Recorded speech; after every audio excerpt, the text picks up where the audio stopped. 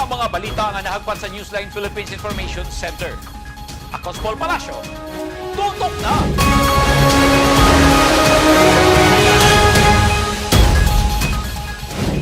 Sa mga headlines, glass installer, gipusil sa sulod sa iyahang gitrabahoan, suspek na dakpan nga iyaharasab nga paryente.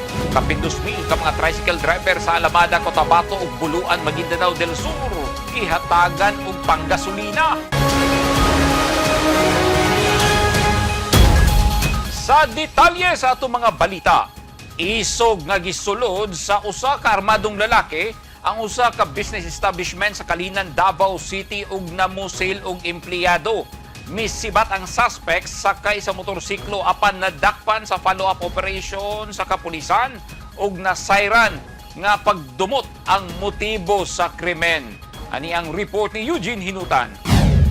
Nasanda ng 41 anyos nga si alias Rodin, glass installer, human gipusil sa armado, sulod mismo sa iyang gitrabahoan sa Kalinan Poblasyon, Davao City, pasadas 4 Huwebes sa hapon. Residente sa Lower Sirib, Kalinan ang biktima. Sa video sa CCTV, makita ang pag-abot o pagsulod sa suspect sa gitrabahoan sa biktima nga naka-helmet ug naka-poncho. Segundos lang ang milabay, ligawas dayon ang suspect.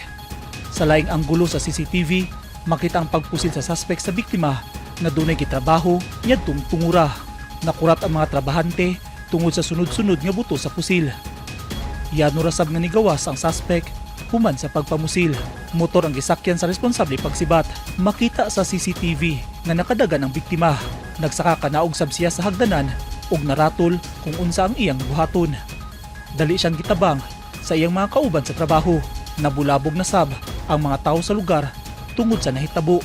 Taod-taod miresponde ang mga pulis sa Kalinan Police Station 10 sa investigasyon. Nasayran ng 4 kahigayon, naigo sa iyang likod ang biktima nga daling gidala sa ospital. Stable na ang kahimtang sa biktima. Nailhan sa biktima ang suspect. Sa follow-up operation, naaresto ang 37 anyos nga responsable na si alias Arnel. Sabi niya, ilang years na naaway nila, kinimkim niya lang. Tapos parang sumabog ba? Napuno siya, so kaya nagawa niya yun. Sumala sa Kalinan Police, dumot sa right of way ang usa sa mga ginasubay nga motibo sa krimen. Na-recover sa mga pulis ang .45 nga pistula nga gigamit sa suspect, hasta ang helmet o poncho nga iyang gisuot atol sa pagpamusil, hasta ang motor nga girintahan rasab sa responsable. Kanya daw hindi naman niya masabi kung saan niya kinuha, kung saan niya kung binili niya pa o yung nagbigay sa kanya. So sabi niya, namin niya man talaga sa kanya yung baril niya. Check muna natin yan sa APO, sa firearms, sa katitipan din, sa company ni Resido, para ma-assure talaga natin kung lisensyado o hindi. Giangkon sa suspect ang gihimong krimen. Luta dahilan, sir. Ang motibo nga nahantog ng taas bang mong mga lalis primero. Hangtod nga nasangkog din sa binaharayo, sir. Matod sa suspect, niaging bulan pa, nagsugod ang bikil nila sa biktima na nasayran nga iyarasab nga paryente. Nag-abot na sab sila kaniadto sa barangay. Tungod silang pagbahad, sir, nga ako ang gumanggod, sir. Kung ako ang ilang mapatay, sir, nga wako'y sala nga gihimo sila, sir, sa gamay. Saksi ng Ginoo, sir. Nagpay sila at mapatay. Patyin mangitan ako to, sir. Kadagan mo. Dugay nang giplanuhan sa suspect ang paghimo sa krimen. O kagahapon kalit na lang giadtuan sa suspect o gipusil ang biktima dinhi sa gitabuhaan niini nga glass and aluminum supply. Wala sumala pa nagbasol ang suspect sa pagpusil sa biktima. Kasuhan og frustrated murder o pagsupak sa Republic Act 10591 kung Comprehensive Firearms and Ammunitions Regulation Act ang suspect. Eugene Hinutan, Newsline Philippines. Stay safe. Sunod-sunod nga nagpahigayon og payout sa cash relief assistance ang Department of Social Welfare and Development kon DSWD Office 12 sa mga tricycle driver sa Alamada, Cotabato Province ug sa Buluan, Maguindanao del Sur. Kapin 2,000 ka mga tricycle driver ang nahatagan og ayuda aron makaabag sa gastos luyo sa giatubang nga taas nga presyo sa produktong petrolyo. Ani ang report ni Peng Alinyo. Organisado ang distribusyon sa cash relief assistance sa Department of Social Welfare and Development kung DSWD-12 sa mga tricycle drivers sa munisipalidad sa Alamada, Cotabato Province. Gihimo ang distribusyon sa Municipal Gymnasium diin 119 ka mga tricycle driver ang nakadawat og tag 5,000 pesos. Makatabang ang assistance aron maalibyohan og jutay ang gasto sa gasolina sa mga driver tungod sa taas nga presyo niini og makaabag sa gasto sa pamilya. Samtang mas daghang benepisyaryong tricycle driver nga miyembro sa TODA sa Buluan, Maguindanao del Sur ang nakadawat og cash assistance nga gipasiugda sa DSWD-12. Gisugdan ang distribusyon kagahapon Abril 16, 2026 alang sa 2,141 ka mga tricycle drivers. Kini subay sab sa nagpadayon nga implementasyon sa Assistance to Individuals in Crisis Situation kun AICS tumong sa programa nga makasustener ang mga tricycle driver sa ilang pagpamasada matag adlaw luyo sa krisis sa petrolyo. Peng Alinyo, Newsline Philippines. Stay safe. Dakong potensyal sa aquaculture industry sa Mindanao ang pagpadaghan og igat kon kasili tungod kay aduna kini market o gina-export ngadto sa nasod China. Ning baguhay lang 1.5 ton sa igat ang gipadala ngadto sa China pinaagi sa Maylong Enterprises Corporation. Anyang report ni Eugene Hinutan. Nagtuo ang Department of Agriculture 11 nga dakong potensyal sa aquaculture sa Mindanao ang pag-export og igat kun kasili ngadto sa nasod China aron mapalapdan ang merkado ug madugangan ang kita sa mga mag-uuma ug mananagat. Ning baguhay lang moabot sa 1.5 tonelada sa kasili ang gipadala sa China gikan sa Davao. Second batch na kini sa pag-export og kasili sa nasugutang nasod. Timaan kini sa padayon nga pag-uswag sa high value aquaculture product nga gikan sa Mindanao hilabi na sa Bukidnon. Malampuson nga napahigayon ang export sa Maylong Enterprises Corporation, usa ka kumpanya nga nakabase sa Davao City. Nahingpit kini tungod sa tabang sa DA Davao Region ug Bureau of Fisheries and Aquatic Resources kun BFAR. Ang aktibidad nagpakita sab sa ligon nga trade partnership tali sa duha ka nasod nang hinaot ang mga mag-uuma nga mas mapaligon pa ang suporta sa gobyerno luyo sa mga hagit sama sa logistics ug kakulang sa pasilidad hilabi na sa pagpadali sa laboratory testing aron makunhuran ang gasto sa transportasyon ug mas paspas ang proseso sa pag-export. Eugene Hinutan, Newsline Philippines. Stay safe. Atangi!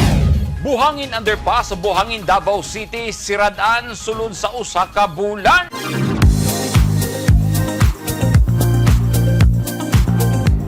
Kasaligan, durable ug barato pa nga imported heavy equipment, construction materials ang imong gikinahanglan. Bisitaha ang Ginyi Import and Export Trading nga nahimutang sa Diversion Road ning syudad sa Davao. Duna usab sila'y showroom sa Barangay Lasang. Aduna usab sila'y branches sa Manila, Cebu, Cagayan de Oro ug General Santos City. Kung sapay imong gihulat, Ginyi na!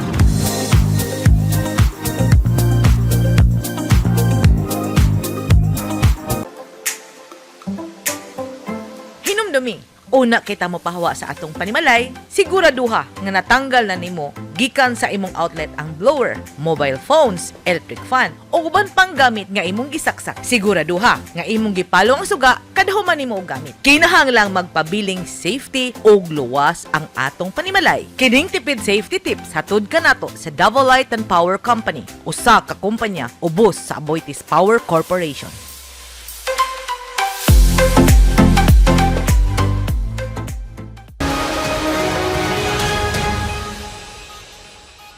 This portion is brought to you by Rizal Memorial Colleges.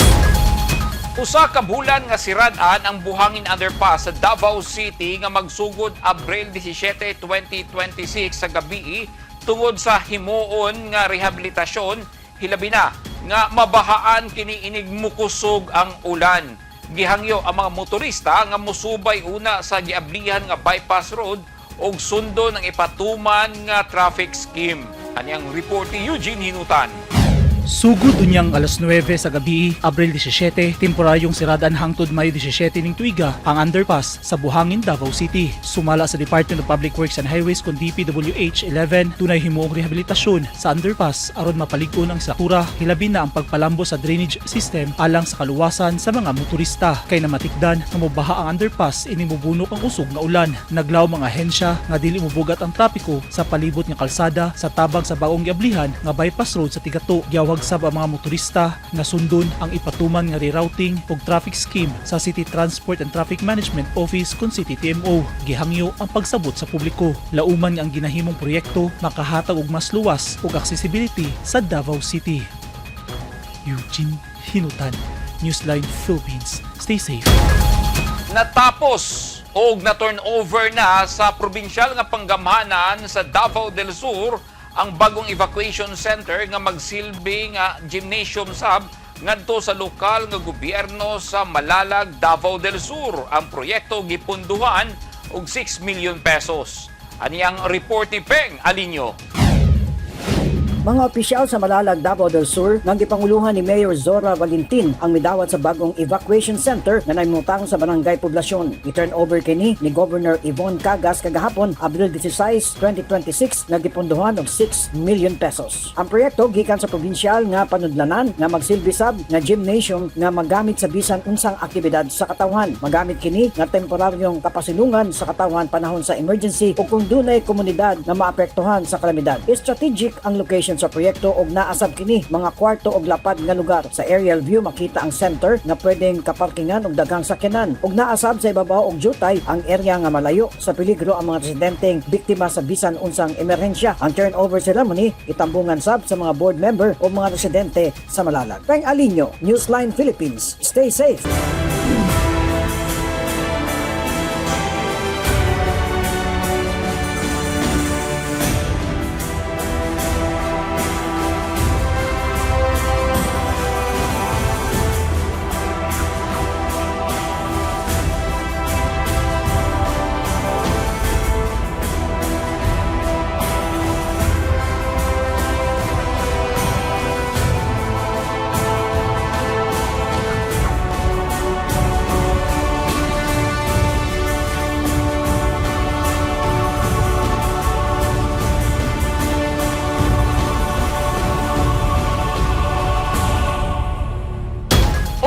Naghingpit sa mga balita nga nahagpat sa Newsline Philippines Information Center. Anas dugang mga balita, bisitaha ang website nga www.newslinephilippines. Sa Facebook page, Instagram, Newsline Philippines ug sa Twitter, Newsline Philippines.